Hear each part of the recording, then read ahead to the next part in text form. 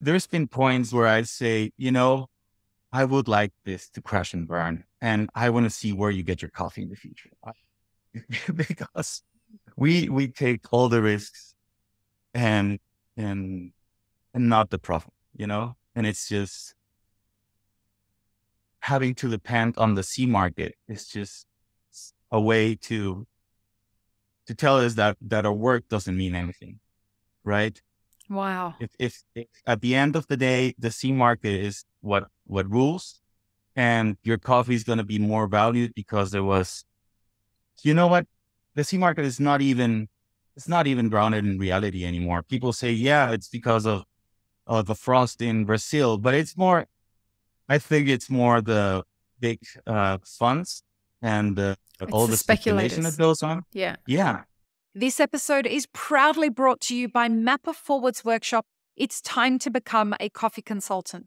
Learn how to diversify your revenue streams and create freedom from your day job while saying goodbye to that alarm clock forever by becoming a consultant within the coffee industry or directly to consumers who have shifted towards home brewing and home roasting.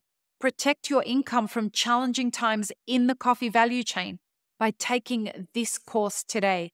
Go to mapperforward.coffee/workshops or click the link in the show notes for details. Welcome to the Daily Coffee Pro by Mapper Forward, friends. I'm your host, Lee Safar, and this is episode 2 of a 5-part series where we're talking about the reality of being a coffee producer. Mark from Finca Rosenheim in Peru is here with me, and we are today going to talk about something that we have been exploring on the podcast for quite a long time now, but we want to have a concentrated conversation about it, and that is the power dynamic between producer and roaster. Mark, where to start this discussion, but how powerful do you feel across the supply chain? How much power do you feel that you've got as a producer? None. None. There's so many people producing coffee. If somebody doesn't get your coffee, then they can get it from somewhere else. Now, so, when we spoke yesterday, and I'm sorry that I interrupted you there, you gave me an impression that actually I felt very embarrassed. I felt embarrassed for the businesses on the consuming end of the market. And I seem to be saying these words a lot lately, embarrassed and ashamed and all of this kind of stuff. Because what you articulated to me when we spoke yesterday was that you are almost at the mercy of the people who would buy your coffee. And that seemed to be, and this was the part that made me ashamed, it influenced the things that you say on social media. It influenced the way that you do things on your farm. It influenced your idea that you should or shouldn't have a voice on this podcast, because maybe the people that you sell coffee to won't like what you say, or because your customers might not like. And it was all of that. Like, you as a producer seem so beholden to your customer that you are shackled from having any of your own real expression in case it might damage your ability to participate the way that you want to participate in the supply chain. Am I understanding that correctly? Yes. So I have a long relationship with my principal client. Mm-hmm. And every time I say that, it's just, I'm lucky to have this client. So The fact that I have this client and this long relationship has allowed us to survive as coffee producers, especially in the worst years, back, I don't know, around 2016. So yeah, I value this relationship with this client, and I would not like to jeopardize it. Excuse me, that's the first time I've ever sneezed on the podcast in 7 years. I'm so sorry. Carry on. My apologies.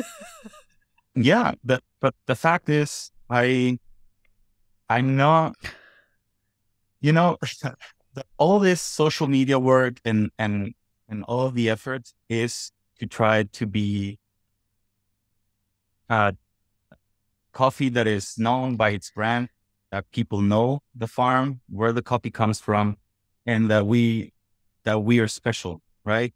To be special in the eyes of other people. So they say, "Oh, this is Finca Rosenheim coffee. I want Finca Rosenheim coffee."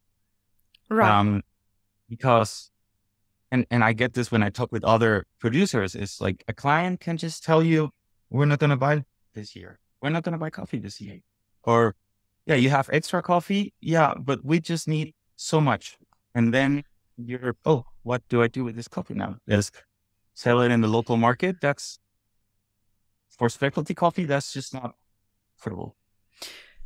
And that's a really important thing for us to understand, is that if you labor to create this product and you invest to create this product and you all on your farm conspire to create this product, and the supply chain is set up so that if a roaster simply decides, I don't want this coffee for whatever reason, they just either ghost you or decide not to buy it, and you are then left having to go and find another buyer. Correct? So yeah, that's the thing.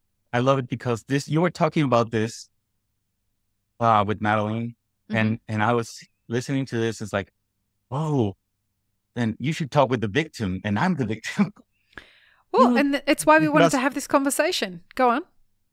because I've had this experience last year. So with a buyer that, well, you guys are always talking on how roasters are telling producers how to produce their coffee. And I had this experience.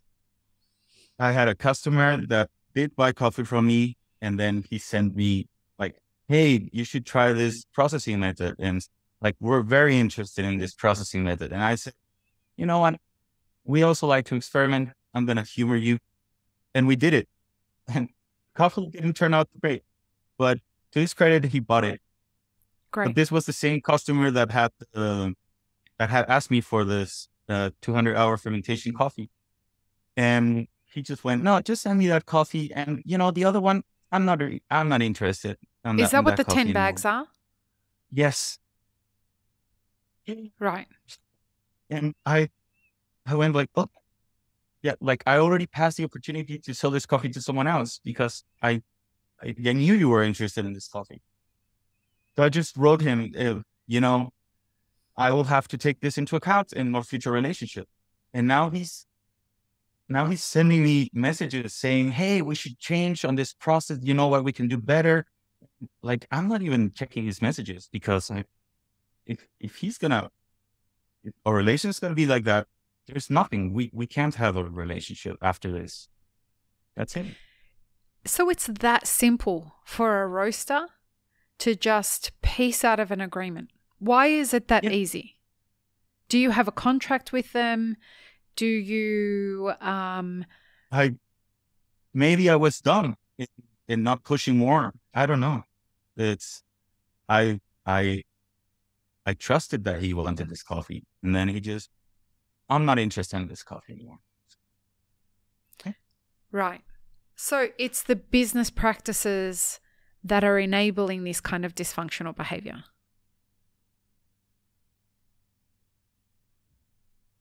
I don't know. I think maybe the problem is that I did something wrong, that I did not secure it, that I should have offered to someone else. I don't know. I'm not gonna blame. I don't think what they did was right, but I should be better in the future. I got to ask you, do you feel resentment towards people who, like, to the fact that you can be treated this disrespectfully? Hey, I'm bitter. Yeah, Yes, I can but understand why. not for just this case.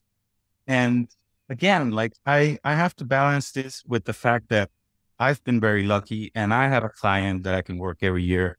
And I survived in this coffee industry. Like there's been so many years where the thing was just another year was still here. But there's been points where I'd say, I would like this to crash and burn. And I want to see where you get your coffee in the future.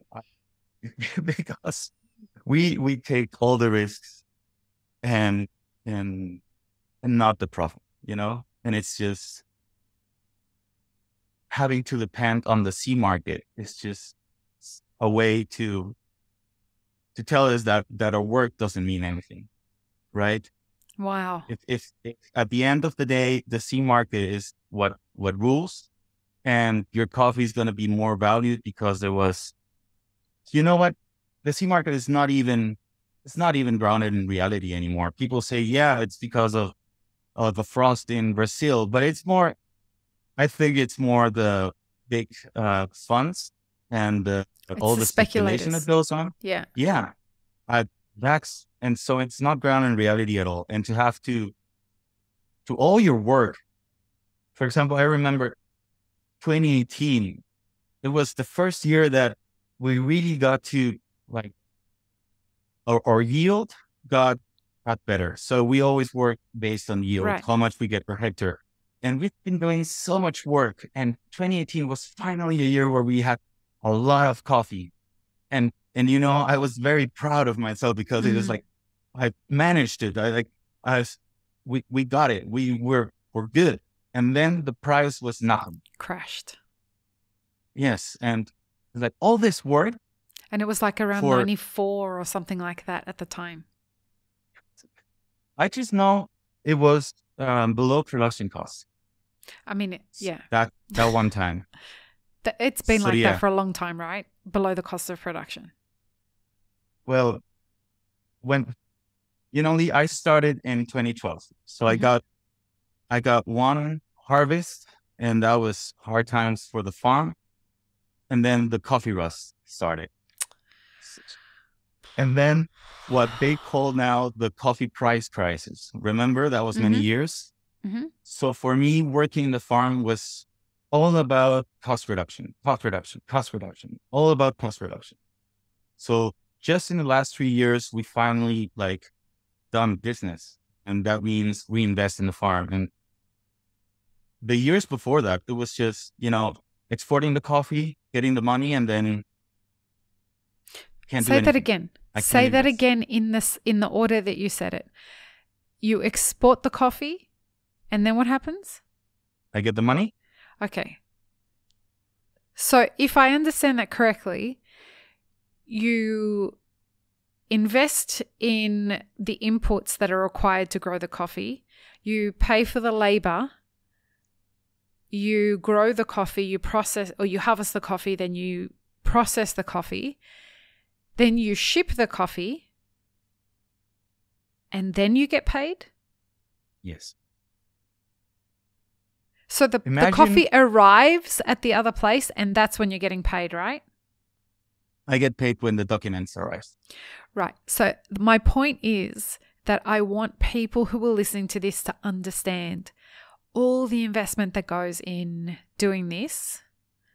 And it's only then that the producer is seeing the money.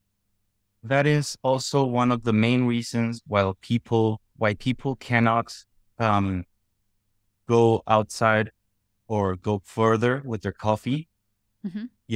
Storing coffee and being able to pay the harvest is so expensive. The pickers, this just picking the coffee, and not just selecting the coffee and putting it on the basket.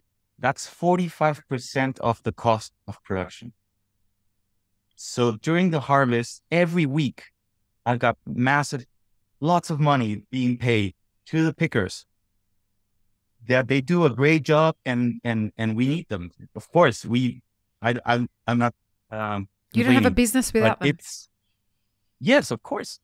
Yeah. But it's a lot of money, and we have to finance this coffee, and not many people. And you have no idea, financing here in Peru is so hard. Back then, I was working with the agrobank. So it's a bank that manages state funds to encourage Agriculture. agriculture in Peru. You know how much was the Interest interest rate? rate? 21%. You know, folks, when I tell you on this podcast that interest rates for agricultural loans are between 20 and 50%, please know that I'm not talking bullshit here. Yes. You and I did not discuss this before the podcast. This is the first time you're telling me that rate.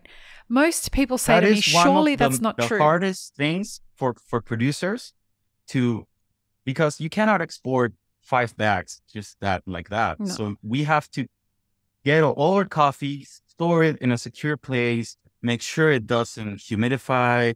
So we have to use expensive bags and have a good place to store it.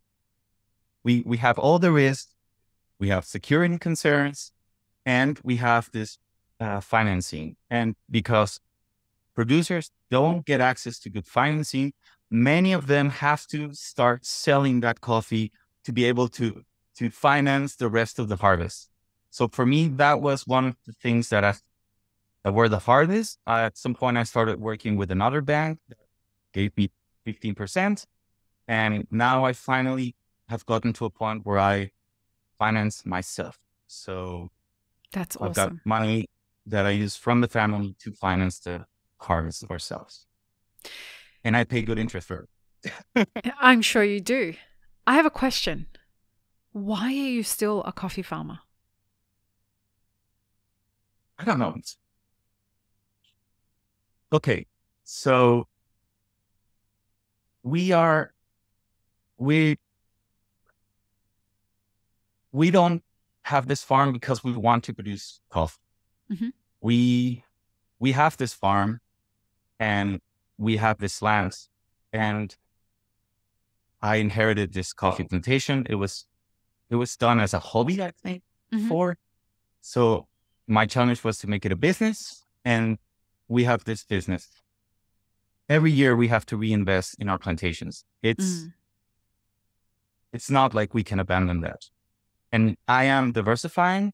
I'm definitely diversifying. And now that I'm doing much better, I am planting some experimental lots. I am trying new varieties.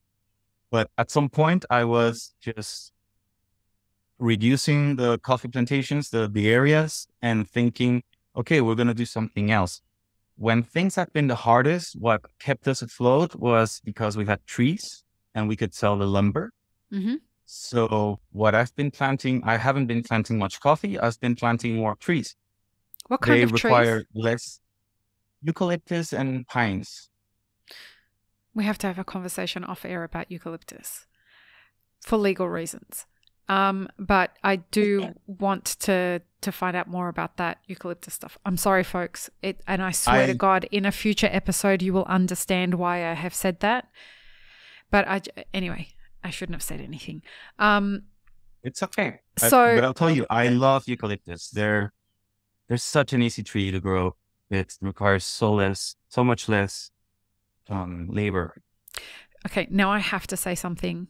In case there are other producers out there that are thinking about eucalyptus, I just want to say one thing about eucalyptus. And remember, I'm not a coffee producer, but I am privy to a lot of things that go on different origins. Treading careful here. So eucalyptus is one of those crops that if you have a problem with water, access to water, eucalyptus will eviscerate the supply of water in the ground. So if you're in Colombia or if you're in Peru or if you're in a place that has loads and loads of water, that's okay. But if you're in a country like Ethiopia, and all of the Ethiopians that are listening to this know exactly what I'm talking about, it becomes a problem. So please, before you go ahead and think, oh, I heard on the Daily Coffee Pro by Mapper Forward, eucalyptus is a really great thing to do. Please ask some questions before you do it, because we don't want to be the reason that you end up planting something that ends up causing a lot of problems for you. And I'm saying this, please folks know that I'm saying this, having some information that I can't share with you. You know, we plant eucalyptus where we have marshes, where we have lots of water. So it's helpful, right?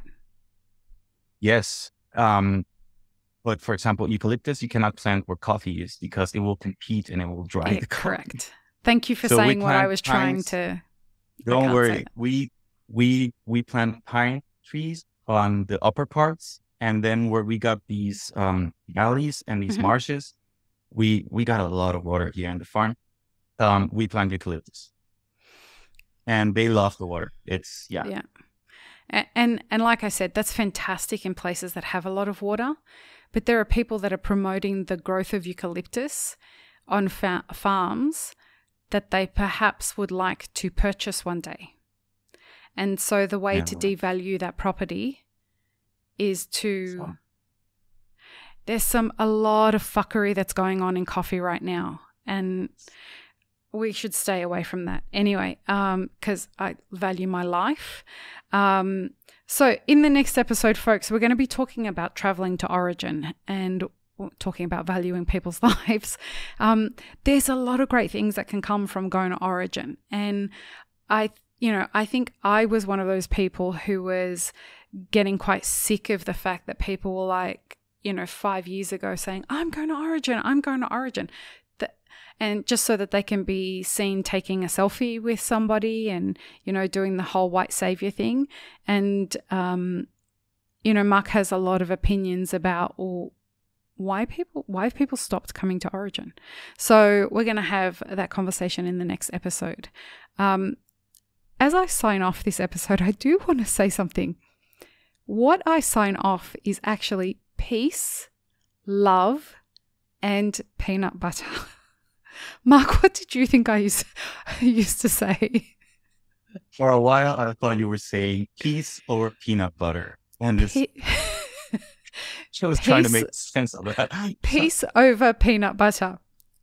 I concur. So, peace over peanut butter. Everybody have an amazing rest of your day.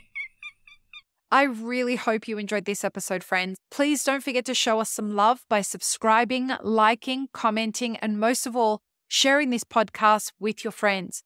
Check the show notes for links, including our sponsors and our Patreon, and stay tuned for more great conversations on the Daily Coffee Pro by Map It Forward.